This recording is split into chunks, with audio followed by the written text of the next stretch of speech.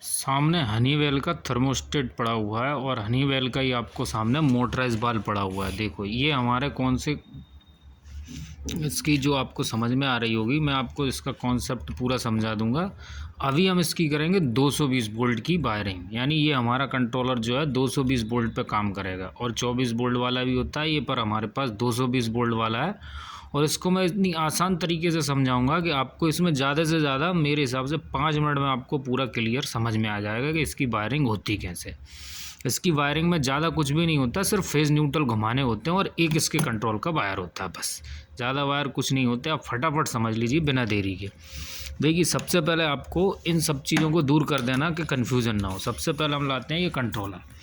Controller में हमने देखो सबसे पहले क्या यहाँ पे दे रखा है, देखो लाइन जो आपको तीसरे नंबर पे दिख रही है ना, यहाँ पे हमारा लाइन देना और यहाँ पे हमको न्यूट्रल देना है। ठीक है, ये लाइन और न्यूट्रल जैसे ही हम देंगे तो हमारा ये कंट्रोलर चालू हो जाएगा। ठीक है, देखो मैं चालू करके दिखाता हूँ। देखो अब ये क्या हुआ, हमारा ये कंट्रोलर यहाँ पे चालू हो गया। ठीक है, ये हमारा कंट्रोलर बिल्कुल चालू हो गया। क्या दिया हमने, सिर्फ यहाँ पे फेज़ न्यूट्रल दिया। आप ये ध्यान रख लो, ये कनेक्शन बिल्कुल गलत नहीं होने चाहिए। देखो 3 नंबर पे क्या आया, हमारा फेज़ आया और हमारा 6 नंबर पे न्यूट्रल आया। ठीक है, इतनी इसकी वायरिंग समझ में आ गई।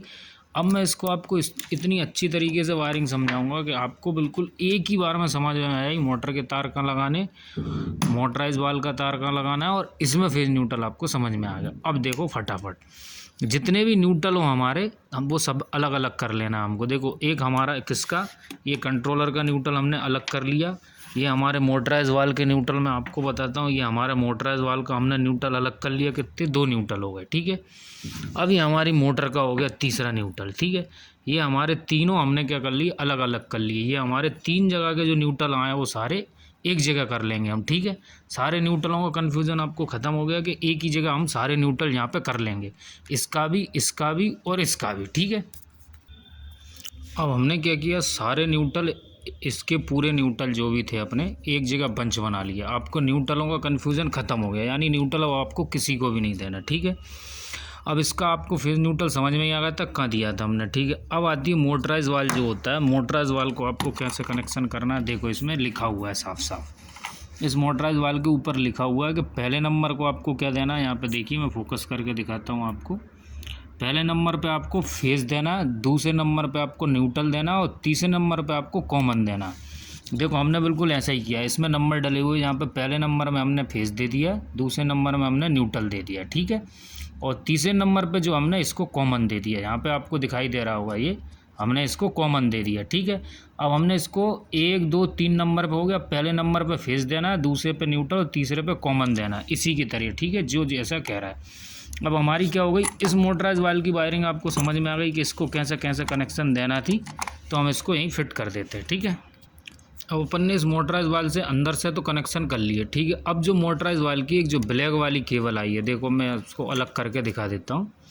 हमने क्या किया, इसको न्यूट्रल तो यहाँ से दे ही दिया, आपको सबको समझ में आ गया होगा। अब इसका जो फेज़ बचा है, ये फेज़, इसका फेज़ और इसका फेज़, यानी ये दोनों का फेज़ अपन एक साथ कर लेंगे। ये किसका, हमारे इस कंट्रोलर का फेज़ और इस वाले कंट्रोलर का फेज़, दोनों का एक साथ कर देंगे या बंच कर देंगे। ठीक है, जो हमने बंच कर दिया यहाँ पे। अब क्या किया हमने, दोनों फेज़ अपन ने यहाँ पे मिला दिए, यानी इसको भी जो फेज़ दिया वो और इसको भी दिया वो। अब आपको समझ में आ गई, डायरेक्ट फेज़ न्यूट्रल इसमें चलेगा, डायरेक्ट फेज़ न्यूट्रल इसमें चलेगा। ठीक है, अब आपको जो इसमें 3 नंबर का जो कॉमन का वायर था, 3 नंबर का जो कॉमन का वायर जो आपको दिख रहा है, जो मोटराइज वाल को घुमाएगा, वो आपको कौन सा वाला, देखो इस मोटराइज वाल के बाल में से जो निकला 3 नंबर वाला, ये हमारा हरा वाला वायर। आपको इसको कहाँ लगाना है, इसका मेन खेल होगा इसको कंट्रोल करने में। इसमें देखो सीधा लिखा होगा बाय वाला, जो बाय लिखा है ना, यहाँ पे लगाना है आपको। ये 2 नंबर के बाद जो बाय लिखा है ना, ये बाय से क्या करेगा, डायरेक्ट इसका कंट्रोल करेगा, इसको घुमाने के लिए टेम्परेचर के अकॉर्डिंग। इसका जो कॉमन वाला वायर है, ये ध्यान से समझ लो आप, जो कॉमन वाला वायर है ना तीसरे नंबर का इस मोटराइज वाल का, ये वाला हमको कहाँ लगाना है, यहाँ पे इसके दूसरे नंबर पे दिख रहा है ना। अब दूसरे नंबर पे हम लगा देंगे। अब हमने इसको लगा दिया दूसरे नंबर पर। ठीक है, अब हमारी वायरिंग काहे की रह गई, सिर्फ ये मोटर के 3 तारों की रह गई, स्पीडों की। इस मोटर के जो 3 तार के स्पीड निकली हुई हैं, जो आप ध्यान से समझ लो। देखो ये हमारा लो स्पीड वाला है, ये वाला सबसे वाला, ठीक है, लाल वाला, और ये अपना वाइट वाला मीडियम का और ब्लैक वाला हाई का। इसमें देखो कहाँ साफ साफ लिखा है, आप समझ सकते हो। एक ही बार में इसकी वायरिंग हमारी कंप्लीट हो गई। देखिए अब मैं इसको समझाता हूँ, थोड़ा सा आपको समझ में आना चाहिए इसकी वायरिंग। देखो यहाँ पे आपको लिखा है ना, देखो ध्यान से समझो, ये लिखा है ना हमारा G1, ये हमारी लो स्पीड का, और जो GM लिखा है ये हमारी मीडियम स्पीड का, और GH लिखा है 7 नंबर पे ये हाई स्पीड का। ठीक है, अब ऐसे ही हम ये वायर कहाँ लगाएंगे, लाल वाला हम लगाएंगे सबसे पहले ये GM वाले पे। ठीक है, अब देखो अपने वायर इसमें तीनों लग गए। देखिए हाई स्पीड का हमारा 7 नंबर पे, और मीडियम स्पीड का 8 नंबर पे, और लो स्पीड का हमारा 9 नंबर पे। अब इसकी वायरिंग हो गई पूरी कंप्लीट। ठीक है, ये हनीवेल थर्मोस्टेट की ऐसे ही वायरिंग होती है। अब हम इसको 220 की सप्लाई देंगे, किसमें, जो हमने फेज़ इकट्ठा करा था सब जगह का, इसका और इसका कंट्रोलर का, और हमारा न्यूट्रल जो हमने तीनों जगह का मोटर का और इसका इकट्ठा किया था, तो ये चालू हो जाएगा। अभी हम इस सॉकेट में देते हैं और ये चालू हो जाएगा बिल्कुल। अब देखो ये सॉकेट में देते ही हमारा क्या हो गया, पूरा चालू हो गया। ठीक है, देखो जैसे ही हम इसका टेम्परेचर अकॉर्डिंग अप डाउन करेंगे ना, जैसे अभी कितने 31 डिग्री सेट कर रखा, अब हम इनको धीरे से सेट करके नीचे लाएंगे। जैसे ही हम नीचे ले आएंगे ना इसको, क्या होगा, ये हमारा ये वाला मोटराइज वाल्व घूमना चालू हो जाएगा। मैं आशा करता हूँ आपको इसमें पूरी वायरिंग समझ में आ गई होगी।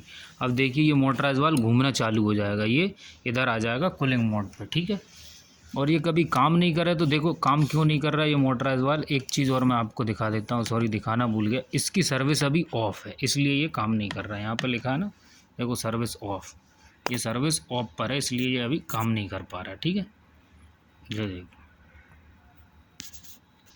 अब क्या कर देंगे हम इसको, या रिवर्स या फॉरवर्ड में आपको जैसे भी चलाना, आपका मोटराइज वाल्व जिस तरफ घूमता हो उस तरफ आप घुमा दोगे। देखिए जैसे ही मैंने इसको डाला तो ये अपना क्या करने चालू हो गया, यहाँ से हमारा बाल को घुमाना चालू हो गया। यानी हमें अभी कूलिंग चाहिए 10 डिग्री, तो ये देखिए घूमना चालू हो गया। आपको समझ में आ गई कि इसकी वायरिंग कैसी हो गई। देखिए ये घूम के यहाँ पे आ जाएगा पूरा। ठीक है, देखो ये घूम रहा है। अब ये इस मोटराइज वाल्व की पूरी वायरिंग कंप्लीट हो चुकी है। ठीक है, अब आपको जैसी भी वायरिंग करनी, मैं आशा करता हूँ पूरी वायरिंग इतनी देर में समझ में आपको आ गई होगी। धन्यवाद साथी।